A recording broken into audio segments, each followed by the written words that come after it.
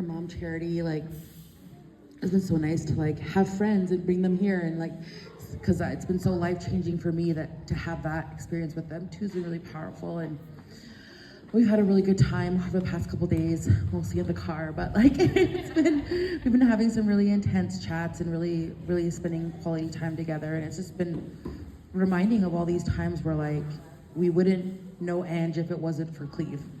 Like he was the spark that really connected us and really started this. And it just showed like how our leadership, it's like we always say like Cleve's thinking like 3,000 years into the future, and we're just trying to like pick up what he's leaving behind us to be able to figure out to get that work done that needs to happen. And there's been so many times too where like our little group of volunteers, we call Roger the people's chief, because he's always just so supportive of us, and they keep everyone going, they keep everyone empowered, they keep believing in us that we're capable of growing as people to overcome the mistakes that we've made in our lives or the hardships that we've had. And I'm always amazed at how much space they hold for our people. And you know, they conduct a lot of ceremonies for our people, and they hold all of the grief. They're there to help all of our families when there are people who pass away. And that's what makes me believe so much in this power, because they're so connected to all the people and their vulnerabilities, and they have the strength to be vulnerable themselves and acknowledge that they're just people too. But they have all these experiences and wisdom that they share, and they set a really strong example for us that, you know, everyone that we work with really believes in. And we leave the door open with the work that we do.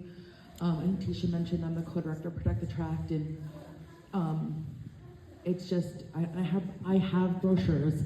I always have brochures, but I do have brochures, and I'll, you know, if you're interested in that kind of work that we do. But if it wasn't for all of these relationships, none of these things would be happening.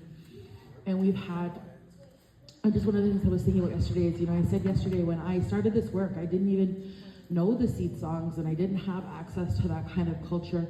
But through these relationships we build through like the seed storage, and even us as like, we call ourselves like the nerds of land back, because we're doing Segwai diesel spreadsheets, and we're doing Segwai diesel, it's like invoice forms and like that kind of stuff. But we do that kind of boring administrative kind of stuff, and that skill and that building that trust with the Longhouse, it's like we've opened up these doors to like teach our communities the feast songs and everything, and it's just been so transformative. And it's been so amazing to have that experience and to do it in a way where we've just committed to sovereignty, committed to being radical, to not taking government funds, to fundraising ourselves, to being totally grassroots, to know that that is just inherently the good and right way to do these things, and that we have that freedom in the way that we do things to be accountable to our people and to be accountable to everyone around us. And it's just been really, really powerful. And the Faith Keepers and everyone at the Longhouse has been really phenomenal. And it's like we have all these stories too of other people in our community that are connecting and coming back, and I'm just so thankful. I'm thankful to be here. I'm thankful for this friendship that we're renewing, and we're, you know, making plans for the future to see each other again, and I'm really looking forward to that. And through even that work and that relationship that we've had for we've been able to set time aside and plan and do things where we've had people come and teach seed songs, and I was able to actually learn our seed speeches and seed songs through this relationship. And then on this trip, you know, we've been singing them in the car. And so now when we go back and do our seed ceremony, this has given us the time where we're gonna be able to do that ceremony for the first time when we get home.